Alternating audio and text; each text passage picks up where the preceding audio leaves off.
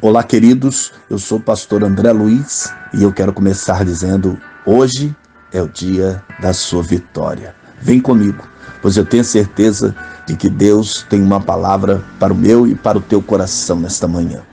Vamos à leitura da palavra de Deus, hoje, Ezequiel, capítulo de número 4, do verso 1 ao verso de número 3. Gente, sem me esquecer, eu quero pedir a você que compartilhe essa mensagem para que vidas sejam tocadas e abençoadas, e também dê o teu like, porque aí esta ferramenta entende que essa mensagem é relevante e ela por si só também vai entregar a mais pessoas. E olha, se você não é inscrito no canal, eu te convido, inscreva-se e ative o sininho para você ser notificado a cada manhã quando colocarmos aqui uma nova mensagem. Vamos então à leitura da palavra de Deus. Agora, filho do homem, apanha uma tabuinha de barro, coloca à sua frente e nela desenhe a cidade de Jerusalém. Cerque-a então e erga obras de cerco contra ela. Construa uma rampa, monte acampamentos e ponha aretés ao redor dela. Depois, apanhe uma panela de ferro e coloque-a como um muro de ferro entre você e a cidade, e ponha-se de frente para ela, e ela estará cercada, e você sitiará, e isto será um sinal para a nação de Israel. Glória a Deus. Queridos, a situação do povo de Israel era dramática. Em Ezequiel capítulo 4, nós vamos ver os atos simbólicos que vão até o verso de número 4 do capítulo 5. Estaremos vendo então os atos simbólicos aqui. A resposta, queridos, inicial de Ezequiel à sua vocação por Deus foi a realização de certo número de ações simbólicas interrelacionadas que representavam o julgamento de Deus contra a cidade de Jerusalém. São registradas 4 fases da ação. E a primeira envolvia um tijolo de barro. E a segunda, Ezequiel deitava-se sobre o seu lado. Na terceira, o alimento era cozido sobre o excremento humano. E na quarta, o cabelo era queimado. Aqui já aparecendo no verso 4 do capítulo 5. Segue-se mensagens intimamente relacionadas com esses atos. E assim, esses atos simbólicos, portanto, serão igualmente divididos em 4 partes. O tijolo de barro, deitar-se sobre o seu lado, o alimento racionado e cozido sobre o excremento, e depois cabelos queimados. Queridos, o início do ministério profético de Ezequiel não foi fácil. Além de porta-voz de Deus, também recebeu a incumbência de representar tudo aquilo que o povo sofreria no cerco de Jerusalém. Sua vida foi um recado ambulante sobre o juízo que estava por vir. Até o seu deitar e o seu comer foram orientados por Deus como forma de advertir o povo. O profeta carregava simbolicamente a iniquidade do seu povo dia após dia. Ele somente consegue revelar a culpa, mas não pode fazer nada para removê-la ou aliviar os seus compatriotas dela.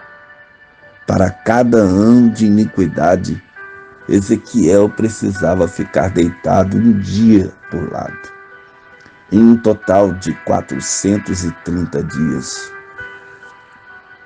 Um período de 390 mais 40 dias, totalizando 430 dias. O período de 390 dias é um número enigmático para os eruditos, pois não se encaixa em nenhum outro período de tempo preciso conhecido. É verdade que muito esforço tem sido feito e muitas teorias têm se levantado para tentar explicar este período. Alguns chegam a comparar esse tempo de 430 dias de forma simbólica aos 430 anos em que o povo viveu cativo no Egito. Mas são especulações. A situação, na verdade, aqui do povo seria tão terrível que os filhos de Israel teriam que cozinhar sobre o esterco do homem. A comida a ser comida sobre o excremento humano era um símbolo de impureza espiritual de Judá. A mínima porção de alimento e água de que Ezequiel devia subsistir tem sido descrita por muitos, sendo muito para alguém morrer e pouco para alguém viver. Era apenas uma pequena porção, 200 gramas apenas de cevada. É o correspondente ao que é dito aqui neste capítulo. E a água utilizada era um pouco mais de 600 ml. Então realmente era uma porção apenas para uma pessoa. Mas foi neste momento que Ezequiel, com muita humildade, protestou e disse: Senhor Deus. Quando ele é ordenado a cozinhar sobre o excremento humano, Ezequiel ora a Deus. E prontamente ele teve a sua oração respondida. E foi-lhe permitido usar o que constituía um combustível comum para preparar a comida daquela parte do mundo, o esterco de vaca, que é largamente usado no Oriente Médio como combustível de cozinha, mesmo nos nossos dias. Mas quando nós olhamos para o verso de número 16, então há uma declaração do próprio Deus dizendo: tirarei o sustento de pão em Jerusalém. E neste versículo é mostrada a aplicação da representação profética. Aqui as condições de fome, tão vividamente dramatizadas por Ezequiel, são aplicadas a Jerusalém. Oh, queridos, Deus conduziu seu povo a uma terra que manava leite e mel, mas o povo escolheu consumir-se nas suas iniquidades. E ao invés de incenso de aroma suave, havia um fédido odor de excremento humano. A podridão dos sentimentos do povo era literalmente sentida de longe. À vista do povo estava um profeta de Deus relatando e dramatizando todas as consequências do cerco. Porém, a iniquidade, queridos, da casa de Israel e a iniquidade da casa de Judá tornavam surdos aos seus ouvidos. A porta da graça, queridos, está se fechando. E o tempo a qual nunca houve, descrito também por Daniel no capítulo 12, está mais próximo do que imaginamos. Está chegando o tempo em que tudo estará já definido. E então se cumprirá a palavra do Apocalipse capítulo 22, no verso 11, que diz: continue o injusto fazendo injustiça, e continue o imundo ainda sendo imundo, e o justo continue na prática da justiça, e o santo continue a santificar-se. Muitos há que já estão selando a sua sentença de morte, permitindo que os seus corações se endureçam a ponto de não mais retroceder. As pedras do caminho, queridos, não são usadas para crescimento espiritual, mas como armas de uns contra os outros. Estamos vivendo um tempo difícil. Mas veja, Ezequiel clamou para que o Senhor o livrasse de tornar-se imundo. Não permita ser contaminado pelas imundícias desse mundo, queridos.